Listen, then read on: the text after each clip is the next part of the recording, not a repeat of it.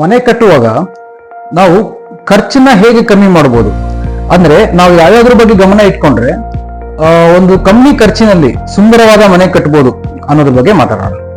Hi, ನಾನು Sameer Bharadwaj.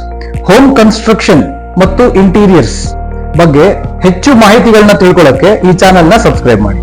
So home construction ಅಲ್ಲಿ ಖರ್ಚು ಕಮ್ಮಿ ಮಾಡಿ ಬಹಳ ಸುಂದರವಾದ ಒಂದು ಮನೆ ಕಟ್ಟೋದಕ್ಕೆ 10 ವಿಷಯಗಳನ್ನ ನಾವು ಜ್ಞಾಪಕ ಇಟ್ಕೋಬೇಕಾಗತ್ತೆ. ಫಸ್ಟ್ ಪಾಯಿಂಟ್ ಏನಂದ್ರೆ ಫ್ಲೋರ್ ಪ್ಲಾನ್ ಮತ್ತು ಡ್ರಾಯಿಂಗ್ಸ್. ಒಂದು ಪ್ರಾಪರ್ ಫ್ಲೋರ್ ಪ್ಲಾನ್ ಮತ್ತು ಡ್ರಾಯಿಂಗ್ಸ್ ಇರೋದ್ರಿಂದ ನಮ್ಗೆ ನಮ್ಮ ಮನೆ ಹೆಂಗ್ ಬರುತ್ತೆ ಅನ್ನೋದು ಒಂದು ಪ್ರಾಪರ್ ಕ್ಲಾರಿಟಿ ಬರುತ್ತೆ. ಅದರಿಂದ ನಾವು ಮನೆಯನ್ನ ಎಷ್ಟು ಕಟ್ಟಬೇಕು, ನಮ್ಮ ಬಜೆಟ್ಗೆ ಅನುಗುಣವಾಗಿ ಎಷ್ಟು ಕಟ್ಟಬೇಕು ಅನ್ನೋ ಒಂದು ಕ್ಲಾರಿಟಿ ಬರುತ್ತೆ. ಹಾಗೂ ಇದರಿಂದ ಸಾಕಷ್ಟು ರೀವರ್ಕ್ಸ್ ಅವಾಯ್ಡ್ ಆಗುತ್ತೆ. ಗೋಡೆಗಳನ್ನ ಕಟ್ಟೋದು ಒಡೆಯೋದು ಮಾಡೋದ್ರಿಂದ ಬಹಳ ಖರ್ಚು ವೆಚ್ಚ ಆಗತ್ತೆ.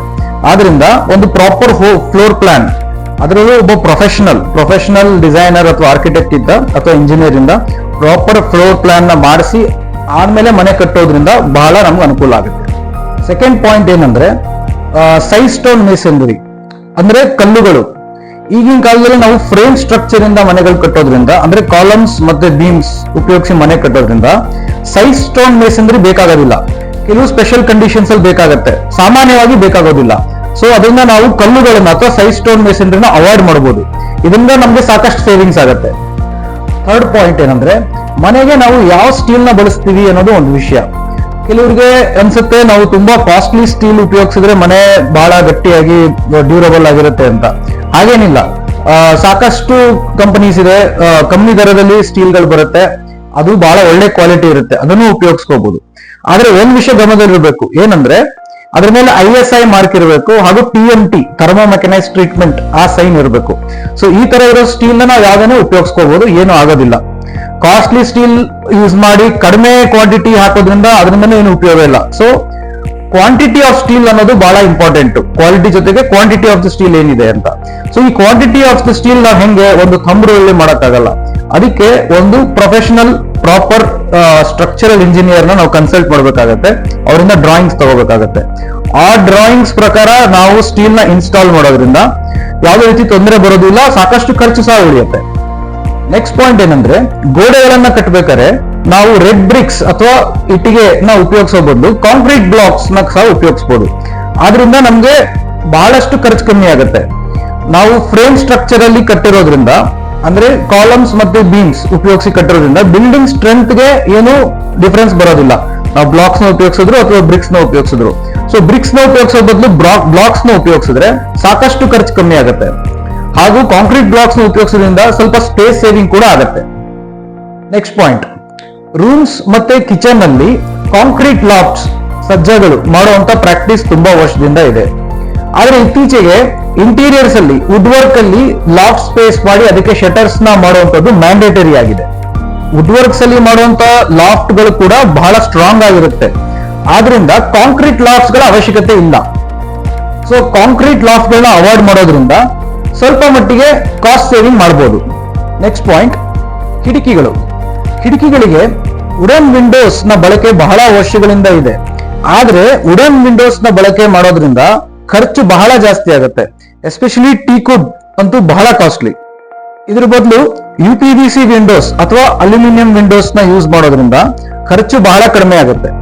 ಇದರಲ್ಲಿ 3 ಟ್ರ್ಯಾಕ್ ವಿಂಡೋಸ್, ಸ್ಲೈಡಿಂಗ್ ವಿಂಡೋಸ್, ಅದರಲ್ಲೂ ಮಸ್ಕಿಟೋ ಮೆಶ್ ಇರುವಂತ ಒಂದು ಫೆಸಿಲಿಟಿ ಇರುವಂತ ವಿಂಡೋಸ್ ನ ಯೂಸ್ ಮಾಡೋದ್ರಿಂದ ಖರ್ಚು ಬಹಳ ಕಡಿಮೆ ಆಗುತ್ತೆ ಹಾಗೂ ನಮ್ಗೆ ಮೇಂಟೆನೆನ್ಸ್ ಕೂಡ ಬಹಳ ಕಮ್ಮಿ ಆಗುತ್ತೆ. ಇದರಲ್ಲಿ ಬಹಳಷ್ಟು ಕಲರ್ ಸಿಗುತ್ತೆ. UPVC ನಲ್ಲಿ ವುಡ್ ಫಿನಿಶ್ ಸಿಗುತ್ತೆ, ಹಾಗೂ ಡಾರ್ಕ್ ಕಲರ್ ಸಿಗುತ್ತೆ, ಲೈಟ್ ಕಲರ್ ಸಿಗುತ್ತೆ. ಅಲ್ಯೂಮಿನಿಯಂ ವಿಂಡೋಸ್ ಅಲ್ಲೂ ಸಾಕಷ್ಟು ಕಲರ್ಸ್ ಪೌಡರ್ ಕೋಟಿಂಗ್ ಮಾಡಿಸಬಹುದು. ಸೊ ಇದು ಒಂದು ಒಳ್ಳೆ ಆಪ್ಷನ್ ಆಗುತ್ತೆ. ಡೋರ್ಸ್, ಮನೆ ಮೇನ್ ಡೋರ್ ಮತ್ತು ಪೂಜಾ ಡೋರ್ಗೆ ನಾವು ಟೀಕುಡ್ ಡೋರ್ಸ್ ನ ಯೂಸ್ ಮಾಡುವಂತ ಪ್ರಾಕ್ಟೀಸ್ ತುಂಬಾ ವರ್ಷಗಳಿಂದ ಇದೆ. ಆದ್ರೆ ಇಲ್ಲಿ ನಾವು ಕಾಸ್ಟ್ ಸೇವಿಂಗ್ ಮಾಡಬಹುದು. ಟೀಕುಡ್ ಡೋರ್ಸ್ ಬದಲು ಲ್ಯಾಮಿನೇಟೆಡ್ ಫ್ಲಶ್ ಡೋರ್ಸ್ ನ ಯೂಸ್ ಮಾಡಬಹುದು.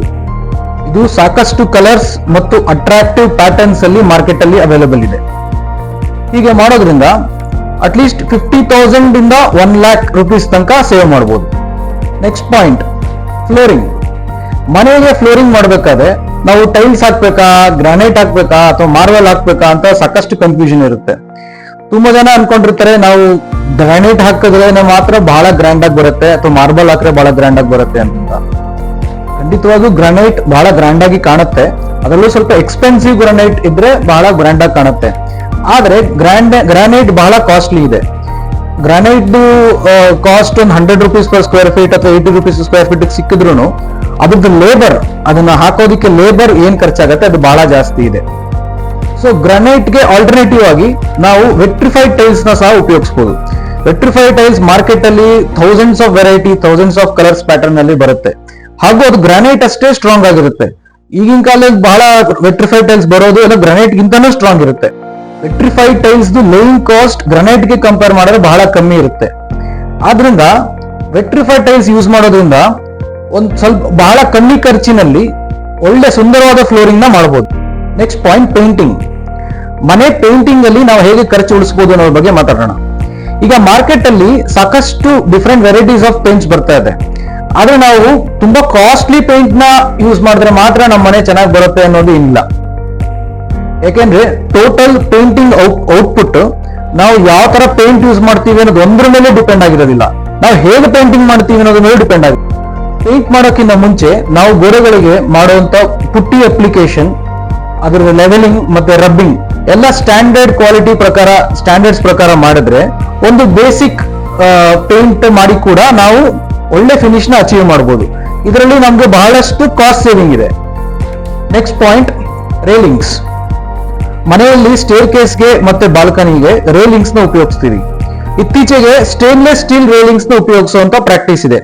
ಸ್ಟೇನ್ಲೆಸ್ ಸ್ಟೀಲ್ ರೇಲಿಂಗ್ಸ್ ಖಂಡಿತವಾಗ್ಲೂ ಚೆನ್ನಾಗಿರುತ್ತೆ, ಆದ್ರೆ ಅದು ಬಹಳ ಕಾಸ್ಟ್ಲಿ, ಬಹಳ ಎಕ್ಸ್ಪೆನ್ಸಿವ್ ಇದೆ. ಇದರ ಆಲ್ಟರ್ನೇಟಿವ್ ಆಗಿ ನಾವು ಮೈಲ್ಡ್ ಸ್ಟೀಲ್ MS ರೇಲಿಂಗ್ಸ್ ನ ಉಪಯೋಗಿಸಬಹುದು. MS ರೇಲಿಂಗ್ಸ್ ಅಲ್ಲೂ ಬಹಳಷ್ಟು ಟೈಪ್ಸ್, ಡಿಸೈನ್ಸ್ ಬ್ಯೂಟಿಫುಲ್ ಆಗಿರುವಂತದ್ದು ಬರುತ್ತೆ. ಅದನ್ನ ಉಪಯೋಗಿಸೋದ್ರಿಂದ ನಮಗೆ ಸಾಕಷ್ಟು ಕಾಸ್ಟ್ ಕಮ್ಮಿ ಆಗುತ್ತೆ. ಈ ಎಲ್ಲ ಟಿಪ್ಸ್, ಹ್ಯಾಕ್ಸ್ ನ ಉಪಯೋಗಿಸಿ ಇದನ್ನೆಲ್ಲ ನಾವು ಗಮನದಲ್ಲಿ ಇಟ್ಕೊಂಡು ಮನೆ ಕಟ್ಟೋದ್ರಿಂದ ನಮ್ಗೆ ಸಾಕಷ್ಟು ಕಾಸ್ಟ್ ನ ಸೇವ್ ಮಾಡಬಹುದು.